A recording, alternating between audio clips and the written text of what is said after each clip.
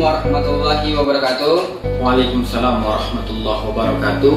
Jumpa lagi bersama kami berdua, tentunya di channel Diskusi Solusi Hukum, channel yang memberikan solusi tentang permasalahan hukum. Nah, pada kesempatan kali ini kami akan membahas sedikit tentang permasalahan waris. Nah, langsung saja ke pertanyaan ini ya Pak, mengenai waris dan status anak tiri begitu Pak. Ya, apakah anak tiri tersebut berhak mendapatkan hak waris? Oke, ya. Pertanyaannya apakah anak tiri mendapatkan hak waris? Oke, ini memang sebetulnya banyak juga pertanyaan-pertanyaan yang kita dapat. Pertama dulu kita akan jelaskan secara umum singkat, karena mungkin kita semua telah mengetahui tentang status anak tiri. Nah, anak tiri ini merupakan anak dari salah satu suami atau istri terhadap pernikahan terdahulu. Jadi ada dua indikasi pernikahan. Jadi pernikahan lama yang mungkin salah satu meninggal dunia, kemudian anaknya dibawa ke pernikahan baru, maka status anak itu adalah anak tiri. Kemudian mengenai warisan, ini diatur di dalam kompilasi hukum Islam, bahwa menuju kepada pasal 171-nya yang mendapatkan hak waris itu dikategorikan sebagai tiga. Yang pertama, sebab kekerabatan itu ataupun dari silsilah keturunan. Jadi ada yang hubungan saudara atau biasa kita sebut dengan nasab. Nah, yang kedua, penerima warisnya itu karena sebab pernikahan ataupun perkawinan, tentu perkawinan yang sah menurut hukum dan undang-undang. Kemudian ada juga poin ketiga seperti memerdekakan budak, dan ini mungkin saat ini sudah tidak ada lagi. Nah, jadi merujuk dari ketentuan 171 tadi bahwa sebenarnya anak tiri tidak mendapatkan hak waris. Kenapa demikian? Karena tidak ada hubungan darah terhadap pernikahan baru tadi. Itulah dinamakan anak tiri. Maka dia tidak mendapatkan hak waris. Namun di sini, meskipun tidak mendapatkan hak waris, undang-undang membenarkan adanya wasiat daripada orang tua tiri untuk memberikan wasiat kepada anak tiri yang tidak boleh melebihi dari sepertiga harta warisnya. Lebih kurang itulah kesimpulan bahwa sebenarnya anak tiri itu tidak mendapatkan warisan. Mengenai wasiat itu Pak, apakah wasiat itu harus bersifat tertulis gitu? Oke.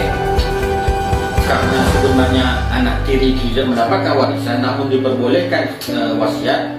Timbul pertanyaan, apakah wasiat ataupun surat wasiat itu harus tertulis begitu? Ya. Nah, dalam konteks praktek hukum di Indonesia, dalam ranah Islam, tentu rujukannya kompilasi hukum Islam. Itu sebetulnya telah diatur di dalam pasal 195 yang menerangkan bahwa wasiat itu boleh secara lisan, namun tetap di hadapan dua orang saksi, atau tertulis tetap di hadapan dua orang saksi atau di hadapan notaris. Maka opsinya ada dua, boleh secara lisan namun ada dua orang saksi, atau secara tertulis ada dua orang saksi atau ada notaris. Itu lebih kurang. Nah, bicara tentang waris, tentang wasiat. Nah, bicara tentang wasiat, apa saja sih inti-inti dari wasiat tersebut Pak? Inti-inti dari wasiat tersebut ya sebenarnya dalam pasal 195 itu memang sudah diatur. Salah satunya memang di pasal 1 itu yang seperti kita jelaskan tadi, bahwa wasiat itu boleh secara lisan di hadapan dua orang saksi, boleh tertulis kemudian di hadapan dua orang saksi atau di hadapan notaris. Yang keduanya bahwa tidak boleh melebihi dari sepertiga, dan itu pun melalui persetujuan dari ahli waris. Kemudian selanjutnya poin ketiganya itu bahwa apabila wasiat itu ditujukan kepada ahli waris, maka harus dulu melalui persetujuan ahli waris. Kemudian poin keempat, apabila merujuk kepada ketentuan sepertiga dan ahli waris tadi, maka harus juga di hadapan dua orang saksi ataupun notaris.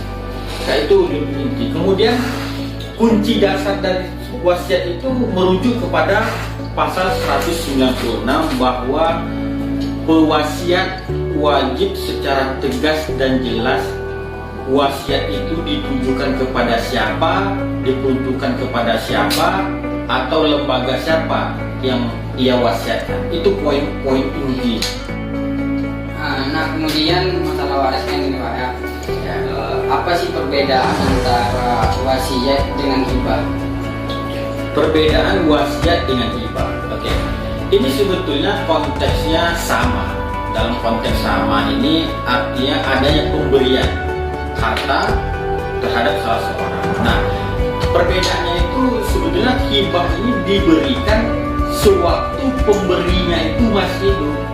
Jika apabila orang tua memberikan hibah kepada anak dengan ketentuan tidak melebihi sepertiga hartanya, tentu orang tuanya hidup dan anaknya memang hidup, artinya belum meninggal dunia.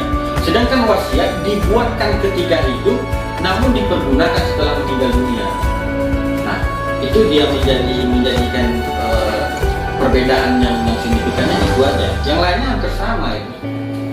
Baiklah, cukup sekian yang dapat kami sampaikan.